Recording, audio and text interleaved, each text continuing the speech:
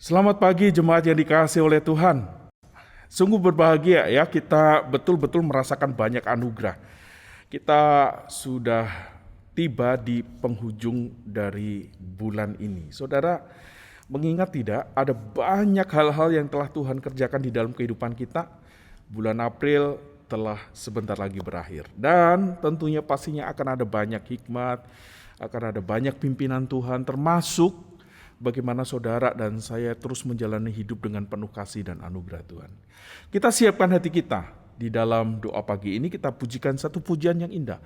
Ceritanya tentang kasih yang begitu luar biasa dalam indah sempurna. Dalam kasih-Mu Bapa. Kita pujikan pujian ini saudara.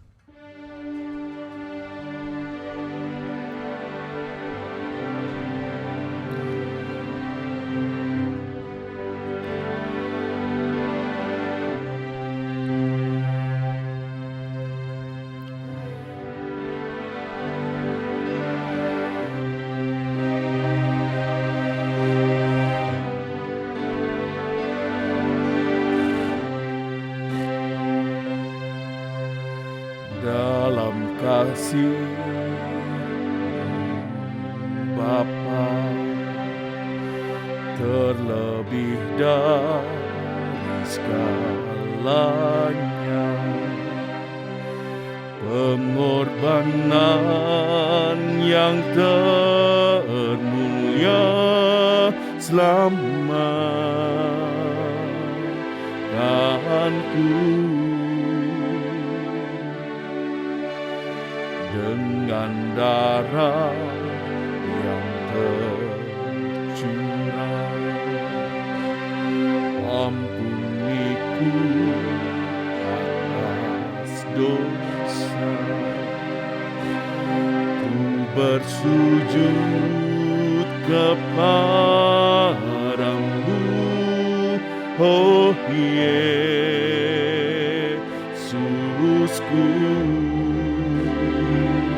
Engkau ku sembah, Kau yang terindah, pulihkanku dengan darah-Mu. Engkau ku sembah, Bapa yang mulia, seumur hidupku ku mau menyembah-Mu.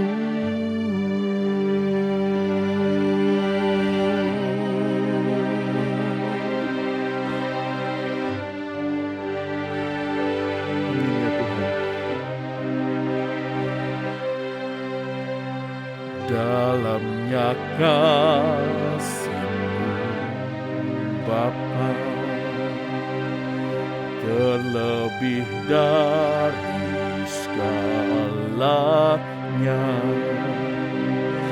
pengorbanan yang termulia selamatkanku. Dengan darah yang tercurah, ampuniku atas dosa. Ku bersujud kepadamu, oh Yesusku. Engkau ku sembah, Kau yang terindah, pulihkanku dengan darah-Mu. Engkau ku sembah, Bapa termulia, seumur hidupku ku mau menyembah-Mu.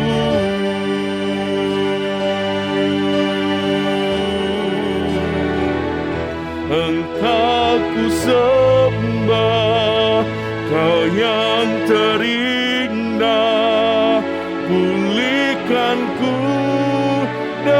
dan darah-Mu.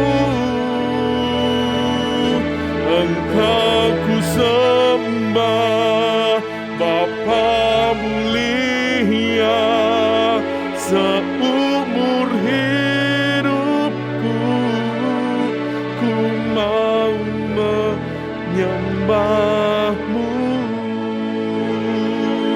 Seumur hidupku ku mau menyembah-Mu.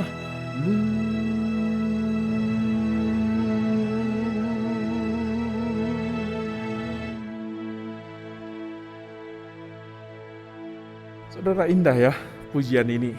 Mari kita berdoa. Bapa yang baik, kami mengucap syukur ya Tuhan, karena kami mengenal kasih yang indah itu, kasih yang sempurna itu. Kasih yang tidak pernah kami jumpai dimanapun, pada siapapun.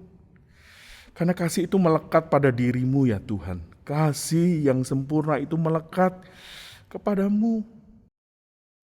Dan pagi ini ya Tuhan, kami mau datang kepadamu untuk kembali merasakan anugerah yang begitu besar melalui kasih itu. Anugerah yang menolong kami untuk hidup kembali memiliki kesempurnaan, memiliki kekekalan, karena sesungguhnya ada pengorbanan yang begitu besar, ada harga yang begitu mahal yang harus dibayar, dan itu sebagai bukti yang luar biasa atas kasih-Mu ya Tuhan. Kami mengucap syukur pagi ini di tengah kesejukan udara, dan kemudian kami menikmati ada kekuatan yang baru daripada Tuhan. Kami mau datang kepadamu Tuhan. Tolong kami untuk mampu melihat ada dimensi yang luar biasa dari kasih yang sempurna itu. Dan pagi ini kami mau belajar bersama menikmati dimensi-dimensi kesempurnaan dari kasih itu. Karena kasih yang kami miliki bukanlah kasih yang sempurna. Kami perlu untuk melihat lebih detail, kami perlu untuk melihat lebih dalam lagi tentang kasih yang sempurna. Ini seru doa kami Tuhan, di dalam nama Tuhan Yesus kami berdoa. Amin. Nah, Bapak Ibu yang dikasihi oleh Tuhan, saya akan menyapa Bapak Ibu Saudara bersama-sama dengan bagian firman Tuhan yang terambil dari 1 Yohanes 4 ayat yang ke-17 sampai dengan ayat yang ke-21. 1 Yohanes 4 ayat 17 sampai dengan 21. Demikianlah firman Tuhan. Dalam hal inilah kasih Allah sempurna di dalam kita, yaitu jikalau kita mempunyai keberanian untuk percaya pada hari penghakiman. Karena sama seperti Dia, kita juga ada di dalam dunia ini. Di dalam kasih tidak ada ketakutan. Kasih yang sempurna melenyapkan ketakutan. Sebab ketakutan itu mengandung hukuman, dan barang siapa takut ia tidak sempurna di dalam kasih. Kita mengasihi karena Allah lebih dahulu mengasihi kita. Jikalau seorang berkata, aku mengasihi Allah, dan ia membenci saudaranya, maka ia adalah pendusta. Karena barang siapa tidak mengasihi saudaranya yang dilihatnya, tidak mungkin mengasihi Allah yang tidak dilihatnya. Dan perintah ini kita terima dari Dia, yaitu barang siapa mengasihi Allah, ia harus juga mengasihi saudaranya. Saudara, sedemikian jauh pembacaan firman Tuhan. Berbagailah saudara dan saya yang membaca, yang merenungkan, yang melakukan firman itu di kehidupan kita sehari-hari. Saudara, dimensi tentang kasih yang sempurna itu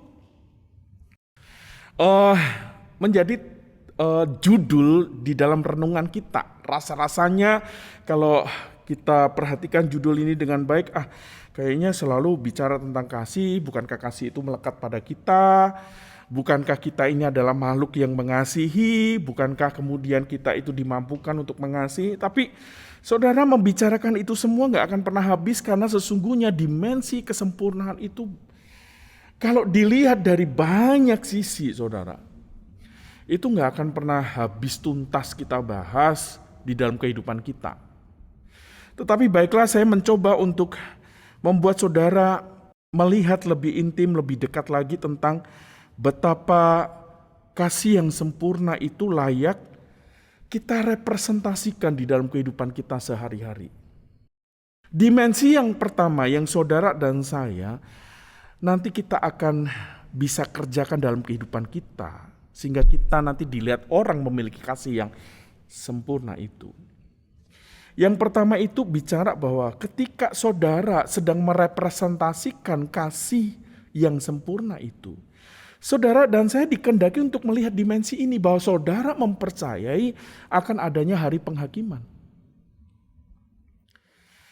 Artinya begini, di dalam banyak hal kasih selalu senantiasa memperjuangkan banyak sekali kemudahan, banyak sekali pengampunan, banyak sekali hal-hal yang kemudian dianulir gitu, saudara. Saudara kan begitu tuh, kalau mau mengasihi ya ampuni semuanya, dia jahat ampuni saja. Kata-kata kotor keluar dari mulutnya lupakan saja. Tetapi kalau saudara mempercayai kalau ada hari penghakiman, maka saudara sebetulnya sedang memperjuangkan hidup saudara itu meaningful, bukan meaningless. Saudara. Kalau orang-orang di dalam kesehariannya mempercayai akan ada hari penghakiman, hidupnya nggak akan sia-sia, hidupnya nggak akan asal-asalan. Itu poin yang paling utama, saudara. Jadi merepresentasikan tentang kasih yang sempurna itu tidak didahului dengan segala banyak perbuatan baik kita, menghabiskan duit kita, menghabiskan harta benda kita untuk menolong orang lain. Enggak. Tapi sedang berbicara bahwa saudara dan saya harus perlu dan sangat perlu untuk mengingat hari-hari ini saudara harus bertanggung jawab penuh di hadapan Tuhan. Bukan hanya tentang persoalan memberi. Pikiran kita, hati kita ketika memberi apakah betul-betul keluar dari ketulusan, dari kemurnian kasih itu yang penting. Karena kan ketika memberi itu kan ada banyak motif, saudara. Kita tahu beberapa waktu yang lalu di dalam Komsel juga sudah dibahas. Kita itu mengasihi orang itu pasti ada motifnya. Gak ada yang tidak tanpa motif itu gak ada. Tapi yang paling utama itu motifnya itu adalah memuliakan Tuhan, itu yang paling penting. Jadi kalau kita mengasihi tapi tidak pernah ada motif mementingkan kemuliaan Tuhan, berarti ujung-ujungnya akan sia-sia. Jadi ketika ngomong tentang ayat 17, dalam hal inilah kasih Allah itu akan menjadi sempurna di dalam kita kalau kita mempunyai keberanian percaya akan hari penghakiman. Itu artinya hidup saudara mulai dari sekarang sampai seterusnya ketika menjadi percaya harus bertanggung jawab. Hidup yang penuh dengan tanggung jawab. Kalau mau melangkah mikir dulu, kalau mau berkata-kata mikir dulu. Kalau kemudian mau menolong orang motifnya harus memuliakan Tuhan. Artinya saudara harus dituntut untuk terus mawas diri. Oh ya, aku ini bakalan dihakimi. Aku harus berusaha untuk melihat segala sesuatunya dari perspektif yang baru. Yaitu perspektifnya Tuhan. Saudara, kalau saudara mengasihi istri, mengasihi anak. Sekali lagi motifnya bukan simbiosis mutualisme, itu bukan, saudara. Mengasihi itu berarti saudara berani mempertanggungjawabkan hidup saudara sebagai, kalau saudara sebagai seorang kepala rumah tangga, jadilah kepala rumah tangga yang betul-betul representasinya Tuhan. Kalau ngomong tentang saudara itu sebagai anak yang menghormati orang tua, representasikan saja kehidupan anak yang menghormati orang tua dengan semestinya. Sehingga tidak ada tuntutan keluar dulu sebetulnya, saudara. Artinya jadilah the original daripada yang Tuhan mau. Itu yang paling penting.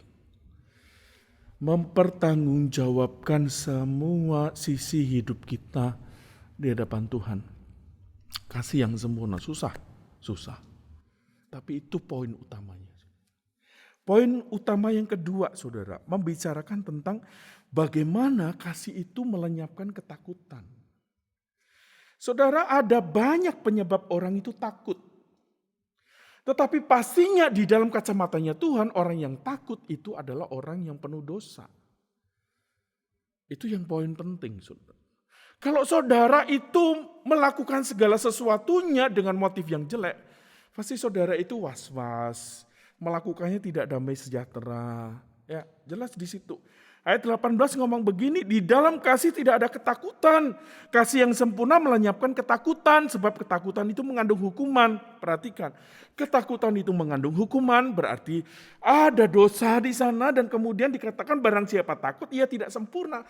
Ngomong tidak sempurna saja sedang membicarakan tentang betapa kita menjadi orang yang gagal di depan Tuhan. Saudara, dimensi yang kedua yang boleh kita kerjakan dalam hidup kita untuk memiliki, merepresentasikan kasih yang sempurna itu, tidaklah dengan tuntutan-tuntutan material yang banyak, tetapi berikanlah kemurnian hatimu di hadapan Tuhan. Saudara, menjadi orang yang murni itu sebetulnya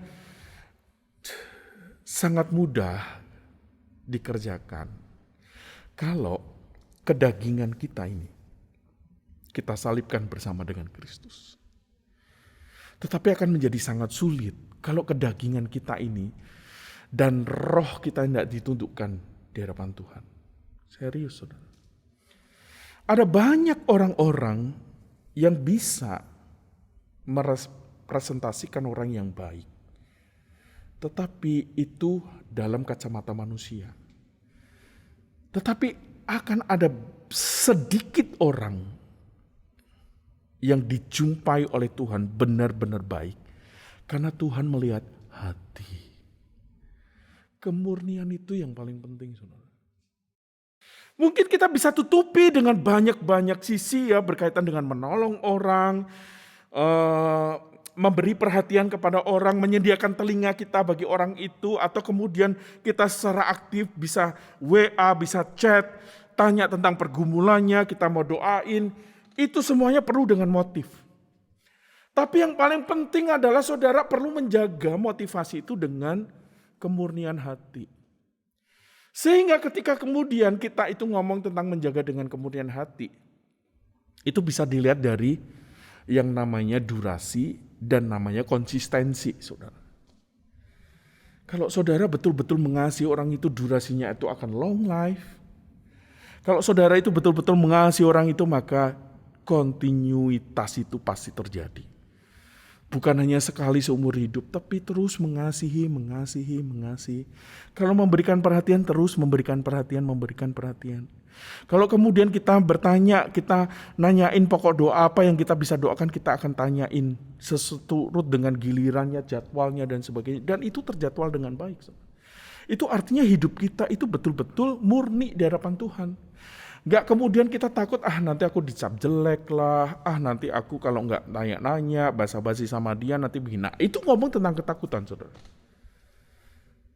Yuk saudara, kita mulai kikis semuanya. Saya gak ngomong tentang hal-hal yang tinggi, ngomong tentang ketakutan, saudara. Tapi real terjadi dalam kehidupan kita. Di dalam kehidupan berkeluarga, saudara, ketakutan itu juga bisa mewarnai kehidupan kasih dalam keluarga. Sosok anak yang takut sama orang tua, menjadi orang yang fake, menjadi orang yang palsu. Di depan orang tua menjadi good people, good person begitu ya. Tetapi setelah kemudian keluar dari rumah akan menjadi bad people, bad person. Enggak ngomong gitu. Tetapi kemurnian itu akan terpancar. Kalaupun saudara perlu marah sebetulnya di dalam interaksi berkeluarga, relationship di dalam keluarga itu hal yang wajar. Tetapi Tuhan katakan marahlah dengan yang hal-hal yang kudus. Saudara perlu marah, tapi marahnya karena sebab yang jelas, yaitu sebab karena dosa, saudara benci, saudara marah. Atau sebab-sebab yang lain, yaitu saudara dipaksa untuk melakukan sesuatu yang kaitannya dengan kebenaran dan tidak benar. Saudara perlu marah, dan marah boleh. Tuhan Yesus saja marah, saudara. Jadi saudara jangan pernah merasa menjadi orang yang gagal ketika saudara didapati orang marah. Saya berinteraksi dengan beberapa teman, dengan tingkat sosial berbeda, saudara. Ada orang-orang yang dikenal orang itu nggak pernah marah, tapi begitu marah, marahnya dahsyat, saudara. Saya sampai takut juga, ini orang nggak pernah marah, tapi begitu marah saya serem juga ya, saya takut gitu. Tetapi ada artinya yang saya perbincangkan di sini adalah jangan sampai, saudara, yang diingat itu marahnya, gitu. Jadi ketika saudara sedang merepresentasikan tentang kasih, di mana kasih itu melenyapkan ketakutan, tidak ada ketakutan, kehadiran saudara itu tidak membuat orang penuh dengan ketakutan dan hidup fake gitu loh. Itu yang paling penting. Saya punya orang tua itu, papa saya, kalau saya ada di dekatnya dia, saya merasa berjuang menjadi orang yang the perfect person gitu, saudara. Dan itu fake. Itu penuh dengan ketakutan. Jadi jangan pernah takut gagal, jangan pernah takut kotor, kata itu satu produk alat cuci gitu, bukan. Tapi membicarakan tentang bagaimana saudara menjadi yang original. Kegagalan tidak selalu dipandang sebagai buruk, tetapi kegagalan dipandang sebagai satu step untuk saudara bisa bertumbuh, betul? Saudara kerjakan itu pokoknya dengan murni deh. Orang itu akan melihat kemurnian. Kalau kamu marah, orang lain gak akan kemudian sakit hati dengan marahmu, karena marahmu jelas. Kalau kemudian saudara melakukan hal-hal yang sedikit tegas dengan disiplin, orang tidak akan marah, karena saudara memiliki direction yang jelas. Saudara jangan pernah takut. Yang ketiga, yang terakhir, saudara.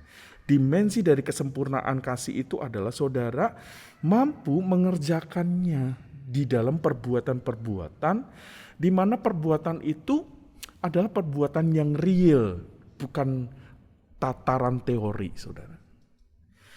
Ayat 19:21 itu jelas ngomong kita mengasihi karena Allah lebih dahulu mengasihi. The causa prima, kalau kita tuh mengasihi Allah karena ada Allah. Tapi setelahnya, saudara, dia ngomong, kalau engkau ngomong mengasihi Allah, tapi kamu benci saudaramu, itu percuma. Karena kalau kamu mampu mengasihi Allah yang gak kelihatan, harusnya kamu itu mampu mengasihi manusia yang betul-betul kelihatan real terjadi dalam kehidupanmu. Kalau kita kemudian melihat di dalam segala sesuatunya kita itu menjadi pendosa, kita menjadi pendendam, saudara, kepada banyak orang di sekeliling, saudara. Aduh, betul-betul ini menjadi hanya suratan, ya. Artinya kasih saudara itu enggak real. Saudara, saya terus tenang, terakhir-terakhir ini kondisi tekanan blood pressure saya itu naik turun, kacau, saudara. Meskipun saya minum obat, tapi kayaknya masih agak belum stabil gitu. Nah, di dalam banyak kasus ketika saya di dalam hal-hal tertentu, saudara, saya bisa sangat sabar gitu. Tetapi di dalam banyak hal saya menjadi orang yang sangat tidak sabar. Saya nggak tahu, saya menyadari sih. Meskipun di dalam situasi-situasi yang sangat sederhana saya menjadi sangat tidak sabar. Meskipun di dalam banyak hal saya bisa sabar gitu. Saya punya anjing 3, saudara. Itu senantiasa tiap hari itu menguji kesabaran saya gitu. Sudah dikasih tahu, dididik yang benar begini, saya sudah senang. Aduh, udah pintar, pupnya di sana, ininya di sini, semua sudah diatur semua. Tetapi selalu akan lupa, saudara. Sehari nggak tahan gitu, udah deh kacau. Nah, kalau sudah begitu kacaunya, saya ini sudah langsung marah. Meskipun marah ketika kemudian saya melihat mereka lucu lagi, saya hilang gitu, saudara. Nah, maksud saya ketika membicarakan tentang kasih di dalam perbuatan, memang contoh saya ini berkaitan dengan binatang, saudara. Bahwa saya mengasihi dia dengan perbuatan-perbuatan apa adanya saya. Kalau dia berbuat jahat ya atau berbuat salah ya saya marah. Ketika kemudian dia benar ya saya sayang dia. Artinya ada hal-hal yang paling tidak itu juga real bisa saya aplikasikan di dalam kehidupan. Rasa kasih, saudara, Rasa kasih itu tidak harus kemudian dipenuhi dengan warna benci yang membabi buta, benci yang gak hilang-hilang. Dendamnya, kesumatnya gak hilang-hilang 7 turunan, tahunan gitu, saudara. Enggak. Saudara bolehlah, saudara sakit hati, saudara memiliki kepahitan di dalam hati, tetapi yang dikehendaki oleh Tuhan kalau engkau mengasihi, ya kasihlah dengan perbuatanmu. Artinya saudara, yang busuk-busuk itu udah ditinggalin. Gak guna, buang, gak guna, beneran. Gak usah disimpan bertahun-tahun, sampai jamuran, sampai lumutan, sampai karatan, sudah gak usah. Saudara, simpan kemurnian hatimu, sayangi dirimu sendiri, ada roh yang tinggal di sana. Saudara perlu melakukannya, mengerjakannya. Kasih yang berkarat, lumutan, jamuran, karena gak pernah dipakai. Coba saudara, dan saya mulai kembangkan memberikan perhatian, memberi apapun juga. Kan tidak selalu harus dalam bentuk material saudara, tetapi semua perhatian saudara, apapun berbagi sharing hidup saudara, itu bisa membuat kita itu terus diasah. Yang lumutan tidak lumutan lagi, yang jamuran gak akan jamuran lagi, yang karatan gak akan karatan lagi saudara. Ayo saudara, kita sama-sama mengerjakannya dengan aktif terus. Ada durasinya yang panjang, ada kontinuitasnya, sehingga kita betul-betul merasakan yang namanya kasih yang sempurna. Dan orang lain melihat saudara ada kasih yang sempurna. Kerjakan, yuk sama-sama. Saya belum juga menjadi orang yang lebih baik daripada saudara. Saya juga harus terus berjuang menjadi diri saya itu penuh dengan dimensi kasih yang sempurna itu. Betul? Kita berdoa sekali lagi, saudara. Bapa yang baik, kami sekali lagi datang kepada Tuhan. Kami mengucap syukur bahwasanya amat sangat baik Tuhan bekerja di dalam diri kami menjadi representasinya dari kasih itu. Tetapi tuntutanmu pastinya tidak akan cukup hanya menjadi representasi kami adalah orang penuh kasih. Karena dimensi kasih yang sempurna itu tuntutannya terlalu tinggi. Bahkan ada banyak rasul-rasul, orang-orang yang kau pilih itu gagal merepresentasikan. Mereka bukan orang-orang biasa. Jauh daripada kami yang orang biasa. Apalagi kami Tuhan, kami akan menjadi orang yang gagal. Tetapi pagi ini kami disegarkan oleh firman-Mu. Apalagi sebentar kami akan masuk ke bulan Mei. Dan di sana membicarakan tentang bagaimana Allah yang penuh kasih mengasihi dengan kasih yang luar biasa itu. Di bulan kasih Tuhan ini menjadi kerinduan kami. Menyongsong di bulan Mei nanti kami juga akan sedang terus mengerjakan dimensi kasih yang sempurna dalam kehidupan kami. Sehingga orang lain melihat, mampu melihat. Bahwasanya hidup kami itu harus bertanggung jawab dulu di hadapan Tuhan. Kalau mau bicara, mau melakukan sesuatu, semuanya harus mikir dulu dari kacamatanya Tuhan. Lalu kemudian kami juga harus dituntut oleh Tuhan untuk melenyapkan segala bentuk ketakutan, bahkan terus mengasah hati kami semakin murni di hadapan-Mu ya Tuhan. Dan biarlah kami mengerjakannya dengan real di dalam kehidupan kami sehari-hari. Mengasahnya terus sehingga tidak karatan, tidak lumutan, tidak jamuran. Ini seru doa kamu. Dan Engkau juga mendengar kami semua yang mengikuti ibadah pagi ini. Di dalam nama Tuhan Yesus kami berdoa. Amin. Saudara, sebentar lagi nanti akan ada beberapa pokok doa. Saudara bisa kemudian menyimaknya dengan baik. Lalu kemudian bawalah pokok doa itu saat ini juga saudara. Berikan waktu saudara tambahan 5-10 menit doa. 5 pokok doa ini saudara. Dan lanjutkan aktivitas saudara. Selamat weekend, Tuhan memberkati saudara.